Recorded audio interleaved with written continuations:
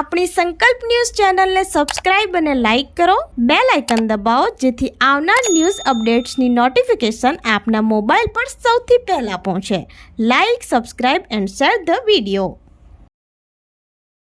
નમસ્કાર દર્શક મિત્રો, સંકલ્પ ન્યૂઝમાં આપનું સ્વાગત છે. સમાચારની શરૂઆત કરતા પહેલા એક નજર આજના મુખ્ય સમાચારો પર. વલસાડ હાઈવે પર ટ્રક ચાલકે કારને અડફેટે લીધી. કારમાં સવાર તમામ લોકોનો ચમત્કારિક બચાવ થયો. વલસાડ હાઈવે પર આજે સવારના સુમારે એક ટ્રક ચાલકે કારને અડફેટે લીધી હતી, જેને લઈને અકસ્માત સર્જાયો હતો. આ અકસ્માતમાં કારમાં સવાર તમામ લોકોનો ચમત્કારિક બચાવ થયો હતો.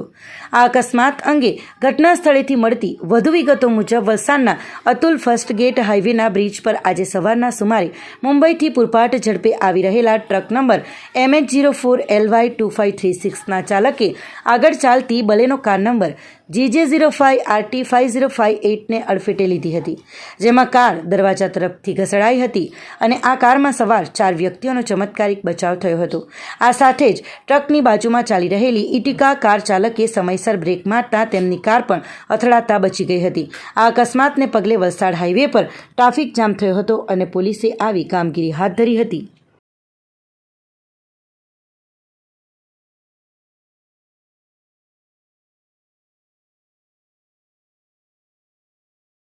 કેમિકલ લીકેજ અંગે વલસાડની અતુલ કંપનીમાં ઓફ સાઇટ મોક ડ્રીલ યોજાઈ.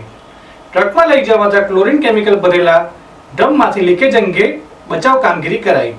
વલસાડ જિલ્લાના ઔદ્યોગિક એકમોમાં બનતી દુર્ઘટનાઓના કારણે ઊભી થતી ઇમરજન્સીને પહોંચી વળવા જિલ્લા વહીવટીતંત્ર અને વલસાડ નાયબ નિયામક ઔદ્યોગિક સલામતી અને સ્વાસ્થ્ય તથા ડિસ્ટ્રિક્ટ ક્રાઇસિસ ગ્રુપ દ્વારા વલસાડના અતુલ ખાતેની અતુલ પ્રાઇવેટ લિમિટેડ કંપનીમાં 15મી જૂનને શનિવારના રોજ of site mock drill rehearsal યોજવામાં આવી હતી, જેમાં ક્લોરીન કેમિકલ લીકેજની દુર્ઘટના સમયે કેવી રીતે બચાવ કામગીરી થઈ શકે અને કેમિકલને આજુબાજુના વિસ્તારમાં વધુ પ્રસરતા કેવી રીતે અટકાવી શકાય તેનો વાસ્તવિક સિનારીઓ ઊભો કરી માર્ગદર્શન પૂરું પાડવામાં આવ્યું હતું. ફેક્ટરીમાંથી ટ્રાન્સપોર્ટેશન સમયે ટ્રકમાં લઈ જવાતા ક્લોરીન કેમિકલ ભરેલા ડ્રમમાં લીકેજ થાય ત્યારે કંપનીની જુદી જુદી ટીમો અને ફાયર ડિપાર્ટમેન્ટ દ્વારા લીકેજ પર કાબૂ મેળવવા પ્રયત્નો કરવામાં આવ્યા હતા. સાઇટ મેઇન કંટ્રોલર દ્વારા ઓફ સાઇટ ઇમરજન્સી જાહેર કરી ડિઝાસ્ટર કંટ્રોલ રૂમને જાણ કરાઈ હતી. ક્લોરીન લીકેજ દરમિયાન જે વ્યક્તિઓને શ્વાસ લેવામાં તકલીફ થતાં તેમણે એમ્બ્યુલન્સ મારફતે હોસ્પિટલમાં ખસેડવામાં આવ્યા હતા. બચાવ અને સ્થળાંતરની કામગીરી પણ કરાઈ હતી. અકસ્માતની ગંભીરતાને ધ્યાનમાં લઈને જિલ્લા પોલીસ વિભાગ દ્વારા જરૂરી રસ્તા બંધ કરીને વાસ્તવિક પરિસ્થિતિ ઊભી કરી હતી. ડિસ્ટ્રિક્ટ ક્રાઇસિસ ગ્રુપની મદદ લઈ અતુલ ફાયર અને સેફટી વિભાગે સમગ્ર પરિસ્થિતિ પર અંકુશ મેળવ્યો હતો. મોક ડ્રીલનું બ્રીફિંગ હૃદય દેસાઈ, આભાર વિધિ વિનય દેસાઈ દ્વારા કરવામાં આવી હતી.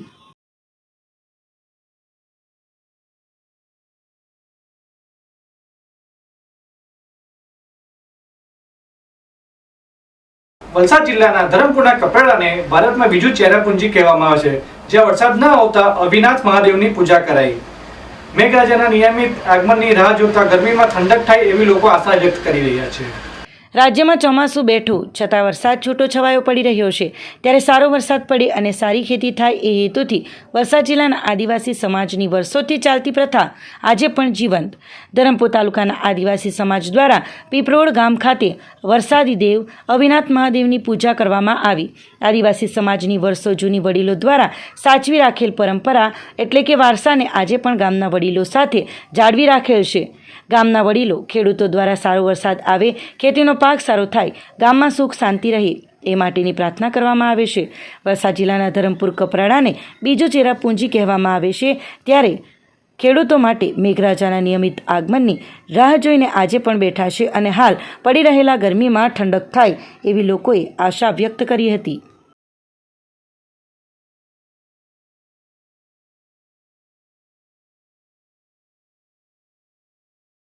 તો આ હતા આજના સમાચાર. નવા સમાચાર સાથે કાલે ફરી મળીશું. નમસ્કાર. આપણી સંકલ્પ ન્યૂઝ ચેનલને સબસ્ક્રાઇબ અને લાઇક કરો, બેલ આઇકન દબાવો જેથી આવનાર ન્યૂઝ અપડેટ્સની નોટિફિકેશન આપના મોબાઈલ પર સૌથી પહેલા પહોંચે. Like, subscribe and share the video.